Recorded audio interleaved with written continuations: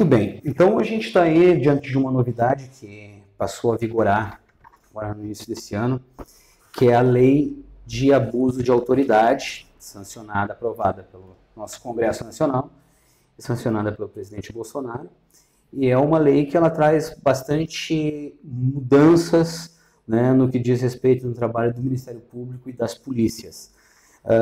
Eu gostaria de saber do senhor, essa lei, ela dificulta o trabalho do MP e da própria polícia? É preciso primeiro nós contextualizarmos. Evidentemente, havia uma necessidade de nós fazermos uma revisão legislativa da Lei de Abuso de Autoridade, que era muito antiga. Atualizar para os novos tempos e tentar inibir algumas condutas ilegais e abusivas. Então, a princípio, nós não podemos jamais, no Estado Democrático de Direito, reclamarmos de qualquer legislação que procure conter abusos e excessos. Isso é da democracia.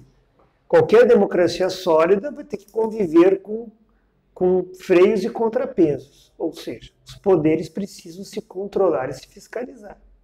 Então, a princípio, não haveria e não há nenhum problema em o Congresso revisitar o tema e procurar readequá-lo aos novos tempos, aos novos problemas surgidos. O que nós podemos perceber, assim, falando da tua pergunta objetivamente, se isso vai prejudicar? Em primeiro lugar, a lei aqui no seu artigo 1º, parágrafo 1º, ela traz a seguinte referência. As condutas descritas como crime de abuso de autoridade, quando praticadas pelo agente público, né, daí fala membro do Legislativo, do Executivo, do Judiciário, do Ministério Público, aí contemplando promotores e delegados, vai incidir quando tiver um objetivo, portanto é um chamado que de direito penal a gente chama de dolo específico, de prejudicar outrem ou beneficiar a si mesmo. Bom, então aí já há uma restrição clara para que esses crimes aconteçam. Por quê? Primeiro porque isso é um conceito aberto em direito de textura aberta, ou seja, o que vem a ser como é que nós vamos provar esse prejuízo a outrem por mero capricho ou satisfação pessoal.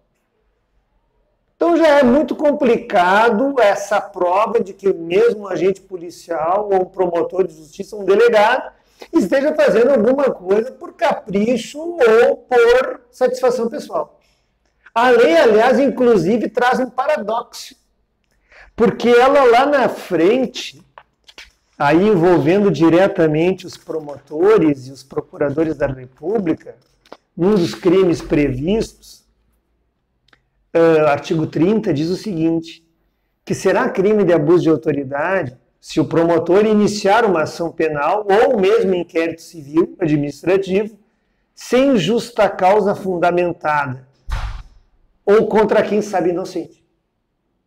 Bom, como é que então eu vou ajuizar uma ação de abuso de autoridade como justa causa fundamentada, sem que eu tenha um elemento muito evidente de mero capricho ou satisfação pessoal.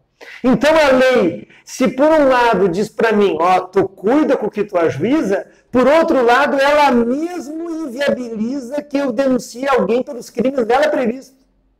Pelos crimes dela previstos diz o seguinte, olha, tu tem que ter elementos muito contundentes de que isso foi feito por mero capricho ou satisfação pessoal para prejudicar alguém.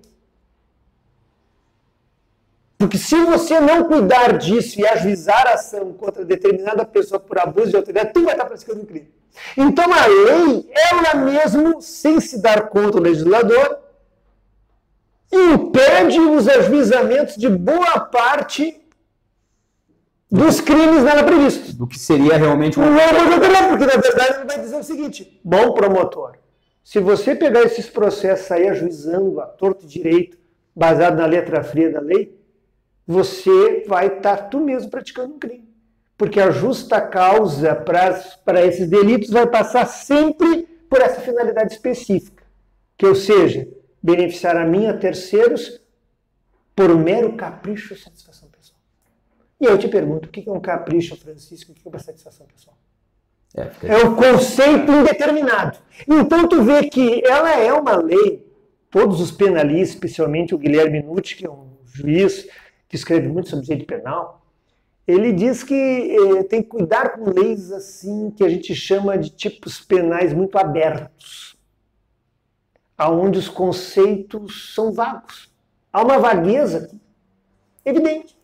Então a lei ela se enfraquece porque ela foi mal feita. E ela tem, penso que ela foi mal elaborada por aquilo que todos nós acompanhamos na imprensa. Havia um interesse de alguma forma coibir as ações do Estado contra a corrupção, persecutório contra a corrupção e tentando atingir membros do Ministério Público e Polícia, especialmente Procuradores da República e delegados federais.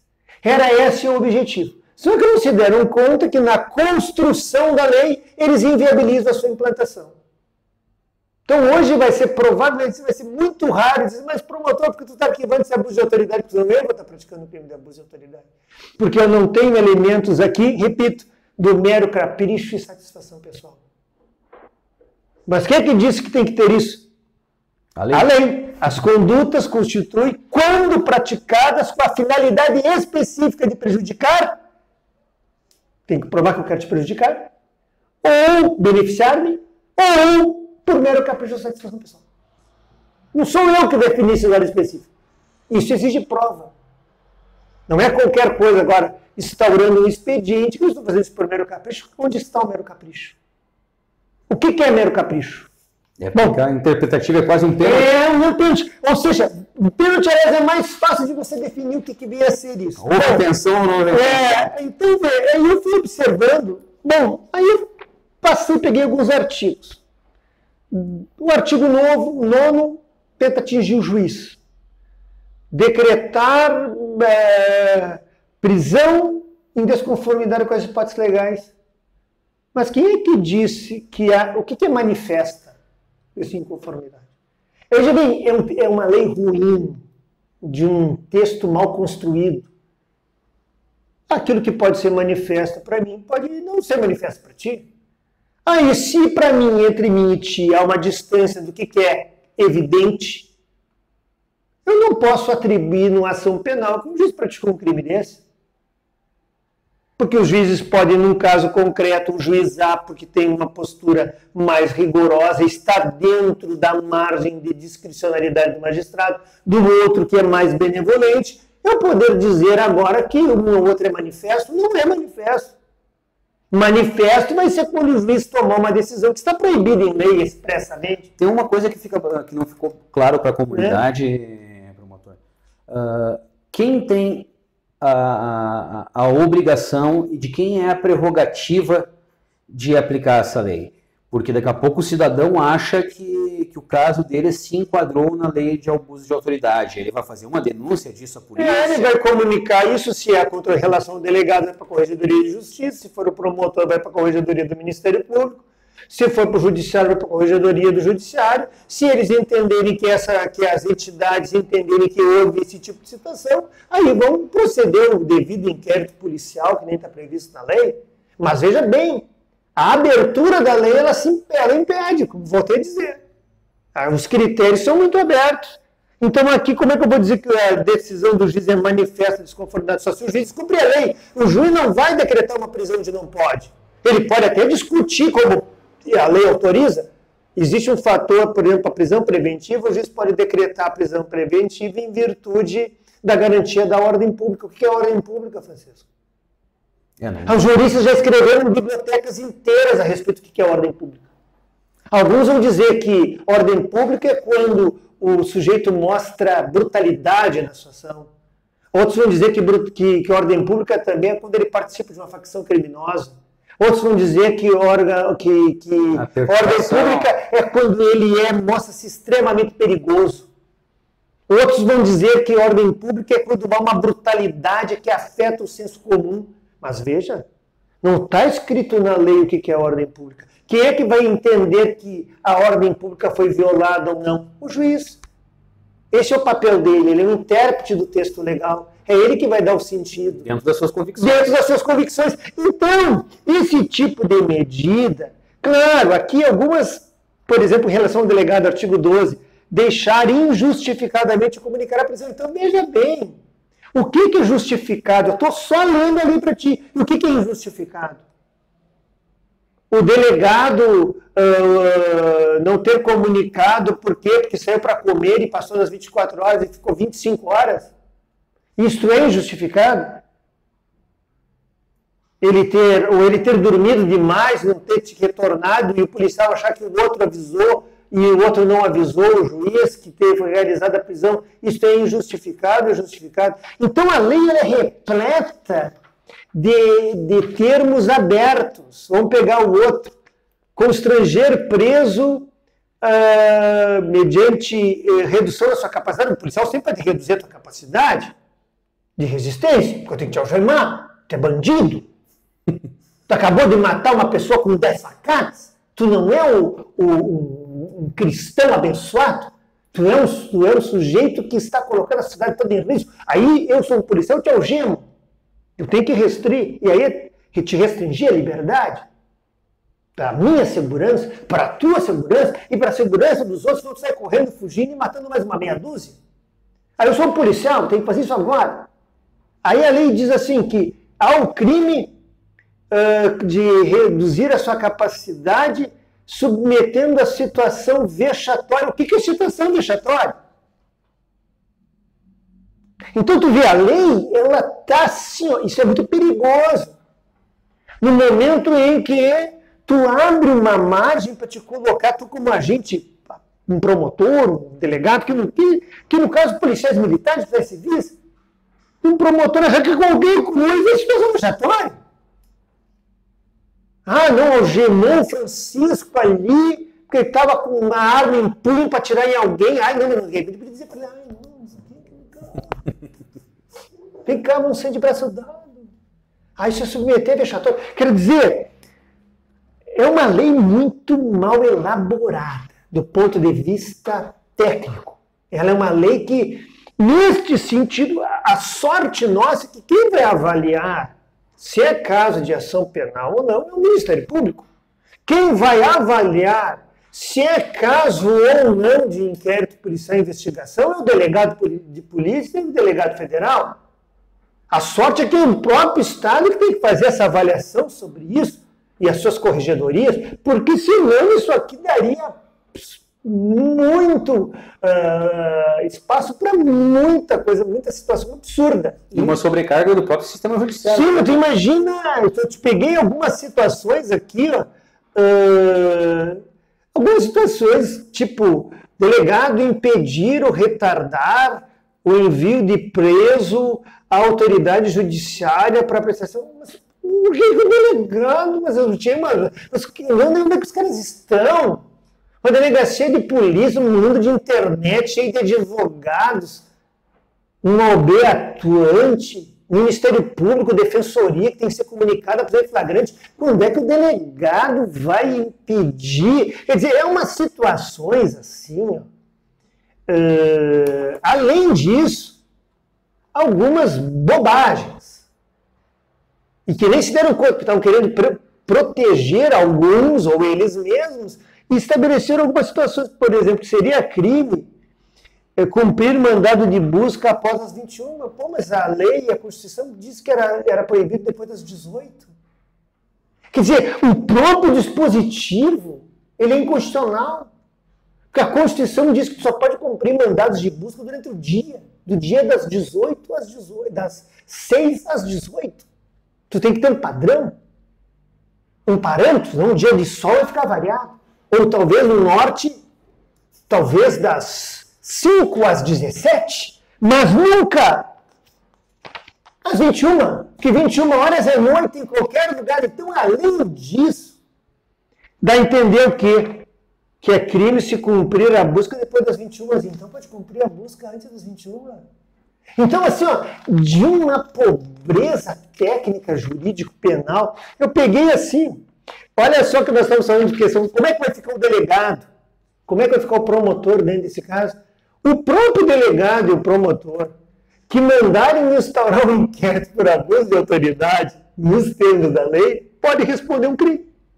Requisitar ou instaurar procedimento em desfavor de alguém à falta de qualquer indício de prática de crime. Simples, os crimes aqui são super difíceis de demonstrar que existiram.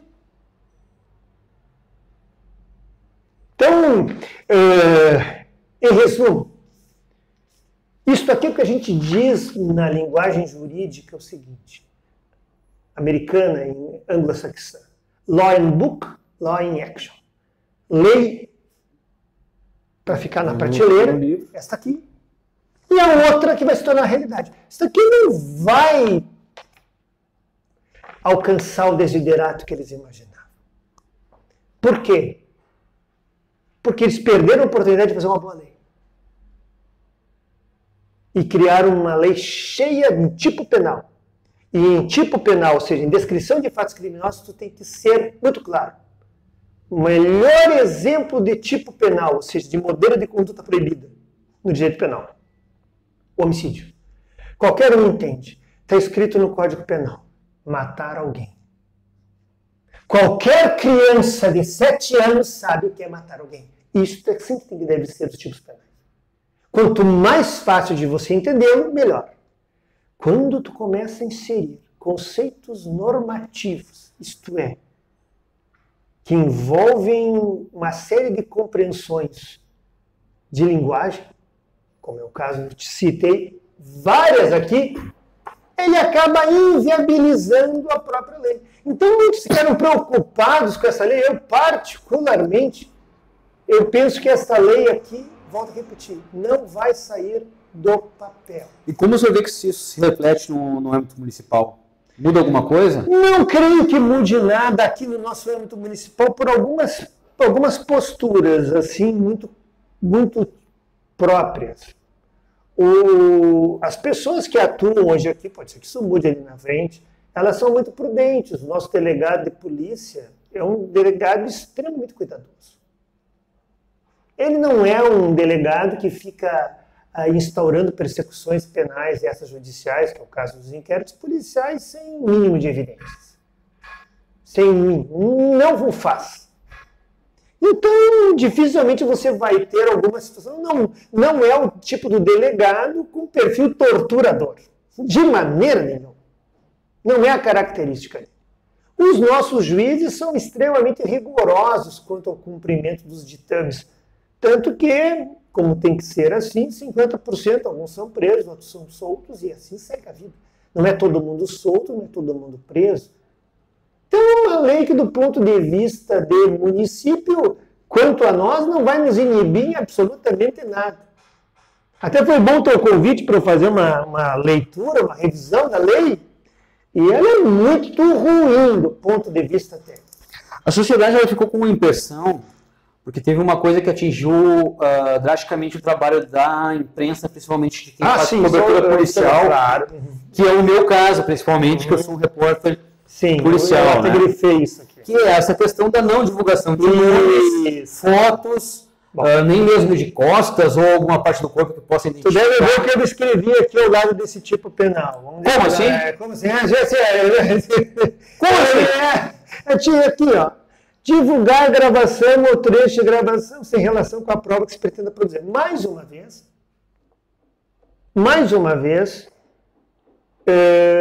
nós temos um conceito aberto. Qual é a prova que se pretende produzir? O tipo penal, vamos lembrar que nós vamos desdobrar o tipo penal. Divulgar gravação ou trecho de gravação. Bom, então imagem eu posso. Se é gravação é uma coisa, imagem é outra. Não, mas mais adiante vocês proíbem foto. Não, aí aqui nesse artigo está aqui, ó. Divulgar gravação sem expor a intimidade privada ou ferindo a honra e imagem do investigado. Esse tipo penal aqui, eu não, pelo menos pode ter me escapado outro. Pode ser até que tenha, mas eu não me lembro de ter um outro tipo de artigo. O que eu vejo assim, eu até esse dispositivo, eu imagino que ele há de vir a merecer uma eventual discussão jurídica acerca da sua inconstitucionalidade. Não existe nada mais sagrado no Estado democrático de direito do que a informação. Sempre existiu, está lá no artigo 5º, o direito sagrado à informação e o direito à intimidade. E sempre prevaleceu pelos constitucionalistas, os estudiosos do direito constitucional, não só em nível nacional, mas em nível mundial, que em se pesando o direito à intimidade e o direito à informação, prevaleceria o direito à informação. Então, o direito à informação é a possibilidade da sociedade saber o que está acontecendo. Quando um jornalista informa a ocorrência de um delito, ele não está dizendo que o sujeito é culpado, e nem está dizendo que ele foi o autor, está dizendo que ele é o suspeito. E isso é importante para que a comunidade saiba que está sendo investigado, que o Estado está trabalhando, e que o próprio Estado sabe que a sociedade está de olho a respeito da atuação dele em relação àquele cidadão. Seja para responsabilizá-lo, seja para absolvê-lo. Então, eu acho que é um desserviço você impedir a empresa de ter acesso a isso. Mas vamos, assim, examinar o tipo penal aqui. A princípio, o caso é do artigo 28. Divulgar gravação e trecho de gravação. Portanto, não proíbe que você divulgue aqui uma fotografia. Uma fotografia, por exemplo. Na realidade, isso aqui me parece muito uma resposta à questão do Moro. Esse é o objetivo. O Moro, ele sim, na minha opinião, não cumpriu uma determinação, uma proibição legal de divulgar, porque se está sob sigilo, não pode divulgar. Agora, aqui, o que está sendo dizer é gravação, não é imagem. E ali, sem relação com a prova que se pretenda produzir. Então, aqui tem mais uma vez um fator. Quer dizer, eu não posso fazer uma divulgação, me parece, na leitura. Vamos imaginar a seguinte situação. Claro. Vamos imaginar que dentro de um determinado contexto, a polícia identificasse que, conjuntamente com este crime, podia estar casada uma outra questão de cunho familiar. Por exemplo, a imagem do sujeito, quando é abordado, ele está com a amante.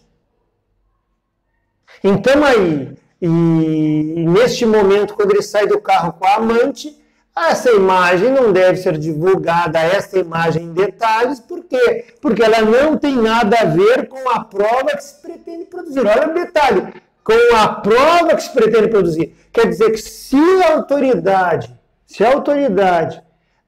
divulgar gravação ou trecho com relação à prova que está querendo produzir, não tem problema nenhum. A investigação dele policial não tem problema nenhum.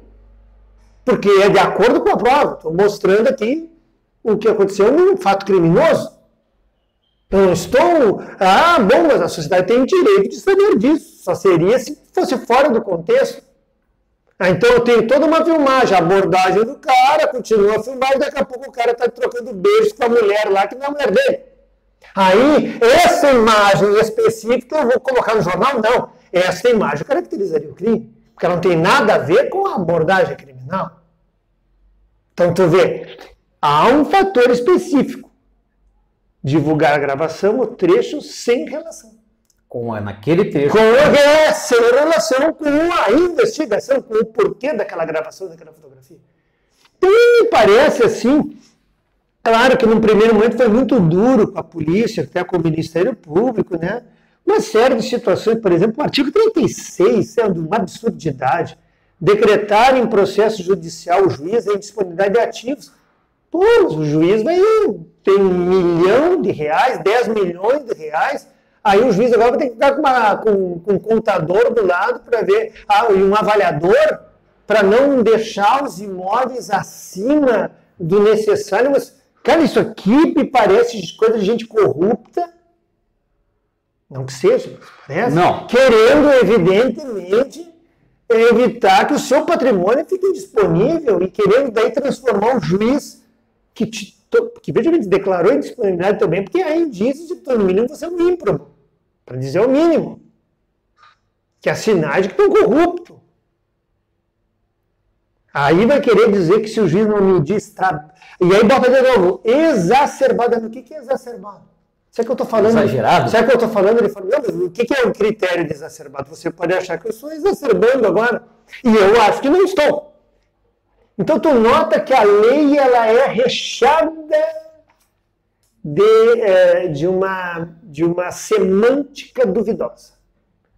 O que vai, volto a repetir, transformar ela numa lei de pouca aplicação. Então, chegamos à conclusão, afinal de quase 20 minutos de bate-papo a respeito da lei de abuso de autoridade, que é uma lei de prateleira. É o meu sentimento.